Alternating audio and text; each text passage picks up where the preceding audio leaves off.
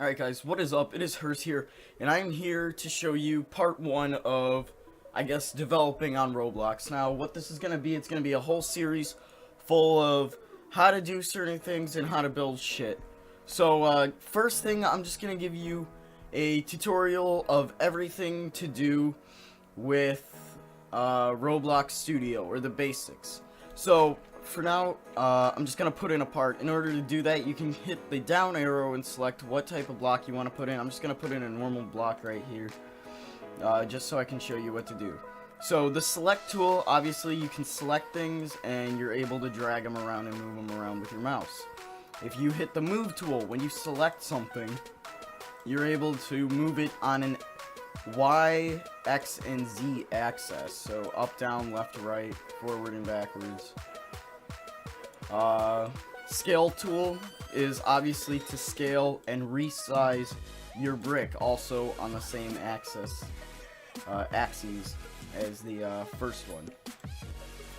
If you mess up, you can do Control Z or hit the back arrow, or Control Y to go like redo, or you can hit the oh shit, I didn't want to do that. Or you can do Control Y to redo. So, rotate. Now, this all depends on what angles you have it set at. Right now, I have it set at 10-degree angles. I'm going to show you how to change that in a second. But it is to rotate your models or your blocks. For example, let's say we just pull in a model right here really quick. Can rotate it around for some reason. If it's on the ground, I can do that, and then I can move it down, and there we go, it's a fallen tree. Also, you may run into the problem where you can't do what I just did. For example, this may happen. You can't go down and it'll just go underneath. That is the collisions tab right here. If you have it unchecked, it's able to go through collisions, and you're able to put blocks and models inside of other blocks and models. So, I'm going to go back to the rotating thing, so I'm going to delete this. I'm going to put in another part here. I'm going to size it just like that. That should be fine. Get rid of the tree. Alright, so if you go to the model tab, you're going to have this rotate, and I have it set at 10 degrees. Normally for you, it should be set at 30, so when you do the rotations, it should rotate every 30 degrees. Now, if you want to get exact with your rotations, you can put it 1 degree, and then you're able to rotate it any degree you want, basically. Onto the move thing. Now, let me resize this really quick down to 1 stud. You'll notice that it moves by 1 stud every time I resize. By the way, 1 stud is what Roblox Studio revolves off of, so each one of these square things is a stud. Or this right here is one stud. So, once you can see how it's moving by 1 stud, and if I move it, like with the move tool, it'll also move by 1 stud. If you go into the model tab, select the move, I can put it to 0.5, and now it'll move every half stud. Same with the rotation. It also goes with the rotation. It'll rotate, or not rotation, scale. It'll scale every half stud. So if you want to get those exact, like, detailed models or builds, that's how you change it. So I'm going to set it back to 1 though. Next is the material. So I'm going to build a wall right here. I'm going to just like that. Go to material, and you'll have all these different materials. For now, I'm going to select brick. It'll now give this brick, or block, a brick material. If I wanted to do, let's say rusted metal, there we go. And then you have the color palette, which obviously changes the color. So, this is what it was at originally, I believe, right here. If I can select it, that'd be great. There we go. If I had it back at, the bricks, like I did before, and let's say the building, I want it to be a yellow building, yellow brick building. I would select yellow. There we go, yellow bricks. Seems too bright. I'm gonna bring it down a bit. There we go.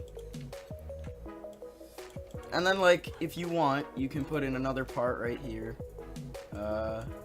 This is where the 0.5 or whatever comes in. I'm actually going to set it to 0.1, just so it can be hanging out of the building like that, where it's just on the outside. I'm going to resize it a bit, like that. Change the material to ice, and change the color to a light blue like that, so it looks like a window. Let me bring that down. And there we go, we've got a window. You can copy and paste. Just like that. There we go. So now you got windows, they're uneven, I'm not going to worry about that right now. If I want to make a door, scale this up a bit. Change the material to not wood planks, I'm just going to do normal wood. And give it a brown. Put it in the middle of the two windows. And ta-da, I have a SpongeBob looking ass house thing. So that's the rotate, move, colors, materials, all that. Surface. This is, like, if you notice, I'm going to bring this back to plastic, which is the standard. If you notice, it is completely flat. If I wanted to change the surface, for example, add studs, I select surface, and boom, I have studs now. And I can do that on all sides. Inlets is like the bottom portion of the stud, not stud. Welds, just like that. And welding would be used to, like, weld stuff together, such as vehicle parts or things like that. Hinge, that's to connect wheels to a vehicle, or like hinges to a door or something like that. And then we have the motors, which I'm not 100% positive on what they do. I normally don't work with vehicles. I know it has to do with vehicles. I'm pretty sure it's used with the wheels also. Glue kind of works the same as well, just not as good. And then, of course, smooth.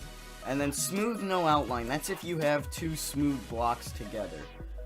Because when you do that, for example, hold on. Let me put this back to one stud.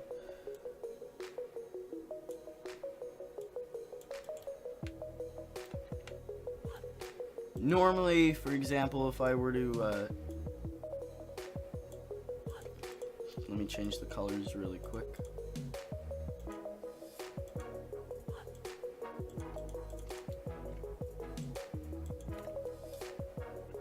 You can see the outline. Oh, I guess you can't anymore. Huh. The outline can still be visible, though, depending on what textures you use. And that's where you would use the smooth, no outlines.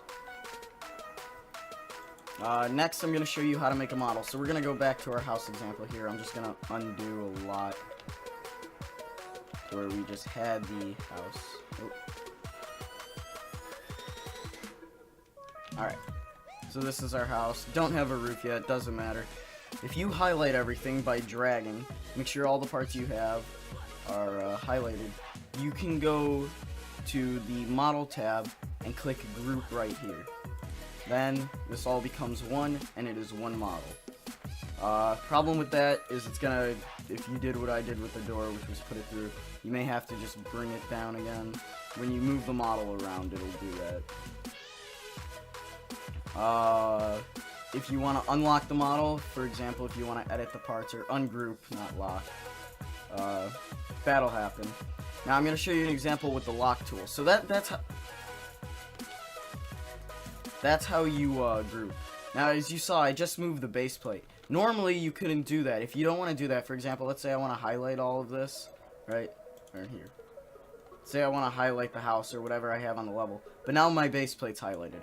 In order to stop that, you can use the lock tool right here and just lock the base plate so you can't select it at all, and you can just highlight and it will grab only your house.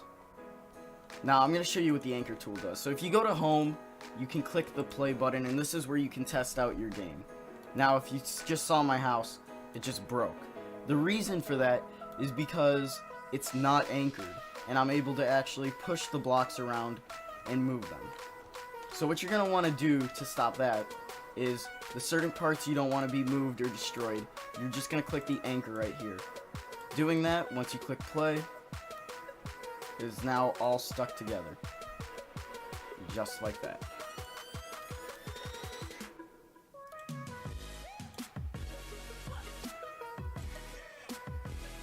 We go to the model tab. I'm going to show you the effects now. Actually, I think I'll save the effects for another video. Spawn point. This is where you want to spawn. Now, I'm not going to show you how to do teams yet. That's going to be in another tutorial. But, for example, if I want to spawn all the way in this corner, we go to home, play. I'm going to spawn all the way in this corner now. If I want to have multiple spawn points for the same player or the same team, I can just do that like there. So if I die, there's a chance, it's a 25% chance since I have 4 spawns, that I'll spawn on another pad. No, I spawned on the same one. Alright. There we go. I spawned on this one instead of that one this time. So that's how the spawn points work. And that's the basics to, I guess, building and using the tools and such.